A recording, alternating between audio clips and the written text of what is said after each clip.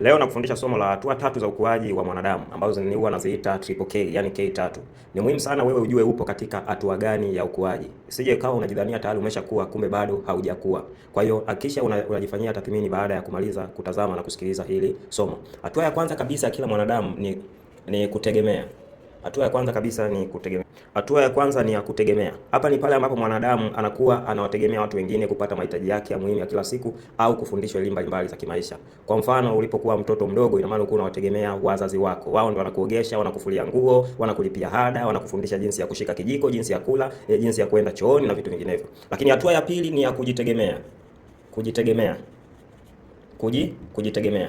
Hapa sasa mtu umetoka kwenye hatua ya kutegemea, umekuja kwenye hatua ya pili ambayo ni ya kujitegemea. Sasa hivi sasa unaanza kwenda chooni mwenyewe, unakula mwenyewe, unaweza ukaamua sasa leo natoka out saa moja narudi saa 12 jioni, leo naenda kazini narudi kesho nyumbani. Sasa unaweza ukajifanyia maamuzi yako wewe mwenyewe. Na hatua ya tatu ni ya kutegemeza. Sasa hii ni level ya juu kabisa ya ukuaji, kwamba umetoka kwenye kutegemea watu wengine, umeshaweza kujitegemea. Sasa unaanza kuwategemeza wengine, kwamba na wewe unaanza kuwakuza wengine ambao wanakutegemea. Kama ni familia umeanzisha, ina maana sasa unaanza kutegemeza. Ina maana unapata watoto, kuna watu wanakutegemea. Una wadogo zako, kuna watu wanakutegemea. Wewe ni kiongozi, kuna watu unaoongoza, watu wanakutegemea. Ina maana umefika kwenye hatua ya kujitegemeza, kutegemeza watu wengine.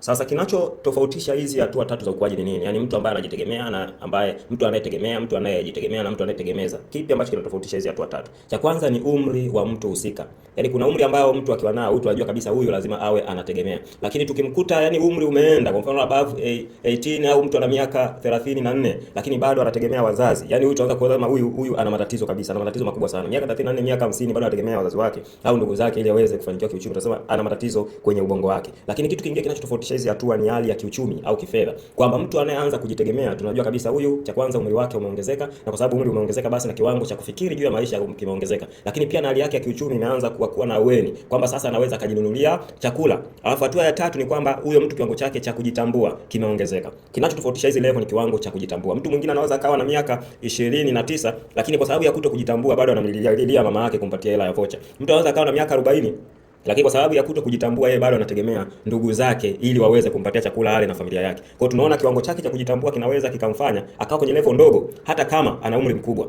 Umeona?